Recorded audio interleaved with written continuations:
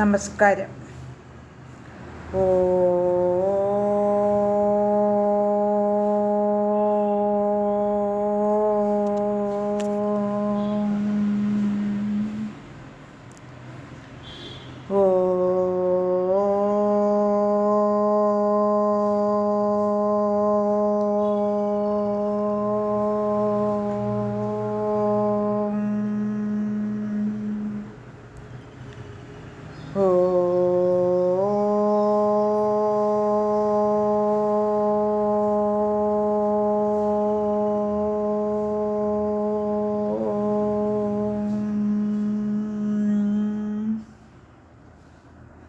ഓം നമോ നാരായണായ. ശ്രീ ഹരിനാമകീർത്തനം 27-ാമത്തെ ശ്ലോകം പാരായണം ചെയ്യാം. ഹരിനാമകീർത്തനത്തിലെ ശ്ലോകം 27.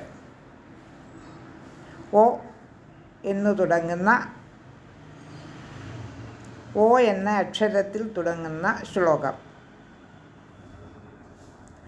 ഒന്നിന്നു തത്വമിതു ദേഹത്തിനൊത്ത വിധം എത്തുന്നിതാർക്കുമൊരു ഭേദം വരാത ഭുവി മർത്യൻ്റെ ജന്മനില പാപം വെടിഞ്ഞിടുകിൽ എത്തുന്നു മോക്ഷമതിൽ നാരായണായ നമ. നാരായണായ നമ. നാരായണായ നമ. നാരായണായ നമ. നാരായണായ നമ. നാരായണായ നമ. നാരായണായ നമ. നാരായണായ നമ. നാരായണായ.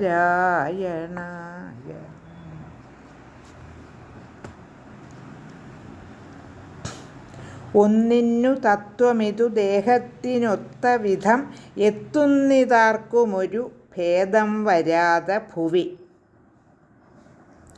ലോകത്തിൽ ഏതൊരു വ്യക്തിക്കും യാതൊരു ഭേദവും കൂടാതെ ദേഹത്തിന് ഒത്ത വിധം, ദേഹത്തിന് ചേർന്ന വിധം ആത്മതത്വം എത്തുന്നു. ദേഹവുമായി ആത്മാവ് ബന്ധപ്പെടുന്നു എന്ന് സാരം. ഈ ബന്ധം ശരീരത്തിന് ചേർന്ന വിധം എന്ന് പറഞ്ഞാൽ വാസന അനുസരിച്ച് എന്നാണ് അർത്ഥം. വാസന ആത്മാവിൻ്റേതല്ല.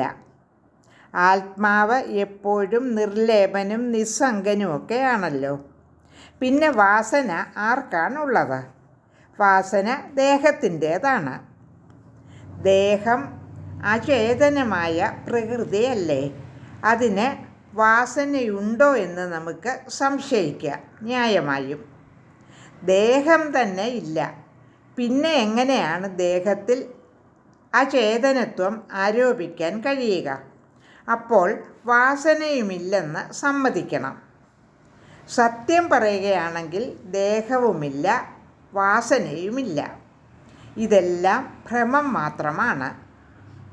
പിന്നെങ്ങനെയാണ് ശരീരത്തിന് ചേർന്ന വിധം ആത്മാവ് ശരീരങ്ങൾ എടുക്കുന്നത്, അഥവാ വാസനയ്ക്കനുസരണമായുള്ള ദേഹം കൈക്കൊള്ളുന്നത്?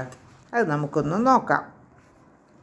വാസ്തവത്തിലുള്ളത് ആത്മാവ് മാത്രം, ബാക്കിയുള്ളതെല്ലാം തോന്നൽ മാത്രം. ഈ തോന്നലാണ് മായ. ഈ മായ ഉള്ളതോ ഇല്ലാത്തതോ അല്ല, എന്ന് പറഞ്ഞാൽ അനിർവചനീയമാണെന്ന് അർത്ഥം. രാത്രിയിൽ കയറ് കണ്ട് നാം പാമ്പാണെന്ന് തെറ്റിദ്ധരിക്കാറുണ്ട്. അവിടെ പാമ്പില്ല. പിന്നെ പാമ്പ് ഉണ്ടെന്ന് തോന്നുന്നത് എങ്ങനെയാണ്? നമ്മുടെ ഉള്ളിൽ നിന്നും തോന്നുന്നതാണ് എന്നാണ് സമാധാനം പറയാൻ ഒക്കുന്നത്.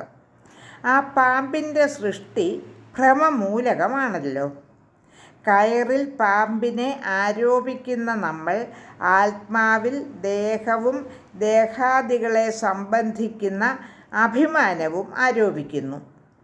അപ്പോൾ ആരോപിക്കപ്പെടുന്ന പ്രതിഭാസവും ഏതിൽ ആരോപിക്കുന്നുവോ ആ ആധാരവും ആരോപിക്കുന്നയാളും എന്ന ത്രിപുടി ഉണ്ടാകും. ഇവ മൂന്നും തമ്മിലൊരു ബന്ധമുണ്ടാവും. ആത്മാവ് മാത്രമേ നിത്യവും സത്യവുമായുള്ളൂ എന്ന് പറയുകയും ചെയ്യുന്നു. അപ്പോൾ ആത്മാവ് ആരോപിക്കപ്പെടുന്ന വസ്തുവാണ്. ആത്മാവിൽ തന്നെ ആരോപിക്കണം. ആത്മാവ് തന്നെ ആരോപിക്കുക എന്നല്ലേ വന്നുകൂടുന്നത്. അതെങ്ങനെ സാധിക്കുമെന്ന് വീണ്ടും നമുക്ക് സംശയമുണ്ടായേക്കാം. എല്ലാം കൂടെ വലിയ കൺഫ്യൂഷൻ തോന്നും നമുക്കിതൊക്കെ വായിക്കുമ്പോൾ സാധാരണക്കാർക്ക്.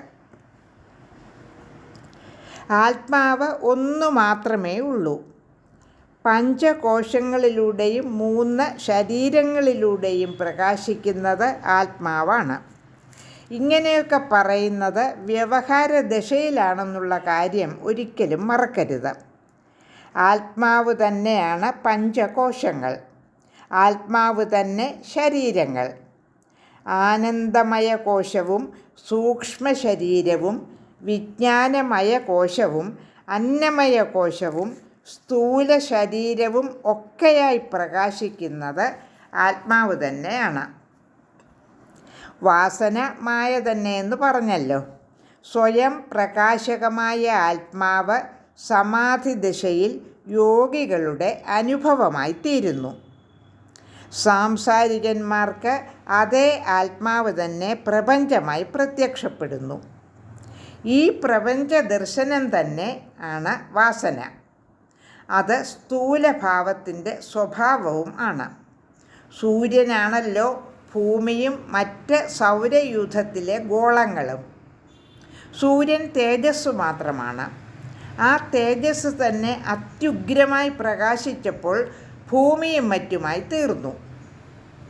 അങ്ങനെയാണ് സൂര്യൻ ഭൂമിയും മറ്റ് സൗരയൂഥത്തിലെ ഗോളങ്ങളും ആകുന്നത്. സൂര്യൻ്റെ തേജസ്സാണ് ഭൂമിയെങ്കിൽ സൂര്യൻ്റെ പ്രകാശവും ഭൂമിയുടെ പ്രകാശവും രണ്ടല്ല. ഭൂമിയുടെ പ്രകാശം സൂര്യനിലും വീഴുന്നു. ഭൂമി സൂര്യനെ കാണുന്നത് ഭൂമിയായിട്ടല്ല സൂര്യനായിട്ടാണ് എന്ന് പറഞ്ഞാൽ അന്യമായിട്ടാണെന്ന് അർത്ഥം. ഒന്നുകിൽ തന്നെയും സൂര്യനായിട്ടോ അല്ലെങ്കിൽ സൂര്യനെയും താനായിട്ടോ കാണാൻ കഴിയണം. എല്ലാം ഒന്നാണെന്ന് മനസ്സിലാക്കണം. ഭൂമിയുടെ ഇരുട്ട് അതിന് ബാധകമാണ്. സൂര്യൻ്റെ പ്രകാശത്തിൽ അടങ്ങിയിരിക്കുന്നതാണ് ഈ അന്ധകാരം. അതുപോലെ ആത്മാവിൽ തന്നെ അടങ്ങുന്നു മായ. അതാണല്ലോ അദ്വൈതമെന്ന് പറയുന്നത്. ആത്മവിദ്യയെ രണ്ടാമതായിട്ടൊന്നില്ലാത്തത് എന്ന് പറഞ്ഞാൽ രണ്ടല്ലാത്തത് എന്ന അർത്ഥമാണ് നമുക്ക് മനസ്സിലാക്കാൻ കഴിയുന്നത്. മർത്യൻ്റെ ജന്മനില പാപം വെടിഞ്ഞിടുകിലെത്തുന്നു മോക്ഷമതിൽ നാരായണായ നമ. മനുഷ്യൻ്റെ പാപം മാറിയാൽ അവന് മോക്ഷം കിട്ടുന്നു. അതായത് ആത്മാവായ അവൻ സ്വയം പ്രകാശകനായി മായാബന്ധം വിട്ടുനിൽക്കുന്നു. ദേഹാഭിമാനം നിമിത്തമുള്ള ദ്വന്ദ്ഭാവന കൊണ്ട് ഒരു മനുഷ്യൻ ചെയ്യുന്ന കർമ്മങ്ങളെല്ലാം പാപമയമായി തീരുന്നു. അതവനെ ആത്മാവിൻ്റെ സ്വരൂപബോധത്തിൽ നിന്നും അകറ്റിക്കളയും. അങ്ങനെ അകലാതിരിക്കുവാൻ ദ്വന്ദ്ബോധം കൈവെടിയണം. അതിനുള്ള മാർഗങ്ങളിൽ ഒന്നാണ് നാമജപം. നാമജപം കൊണ്ടെങ്ങനെ ദ്വന്ദ്വാത്മകമായ ബുദ്ധി വിട്ടകലുമെന്ന് നേരത്തെ തന്നെ പറഞ്ഞു കഴിഞ്ഞിട്ടുണ്ട്. 27ാമത്തെ ശ്ലോകം ഒന്നുകൂടി ചൊല്ലാം. ഒന്നിന്നു തത്വമിതു ദേഹത്തിനൊത്ത വിധം എത്തുന്നിതാർക്കുമൊരു ഭേദം വരാതെ ഭുവി മർത്യൻ്റെ ജന്മനില പാപം വെടിഞ്ഞിടുകിൽ എത്തുന്നു മോക്ഷമതിൽ നാരായണായ നമ. നാരായണായ നമ. നാരായണായ നമ. നാരായണായ നമ നാരായണായ നമ നാരായണായ നമ നാരായണായ നമ നാരായണായ നമ നാരായണായ നമ. ലോകാ സമസ്ത സുഖിനോ ഭവന്തു.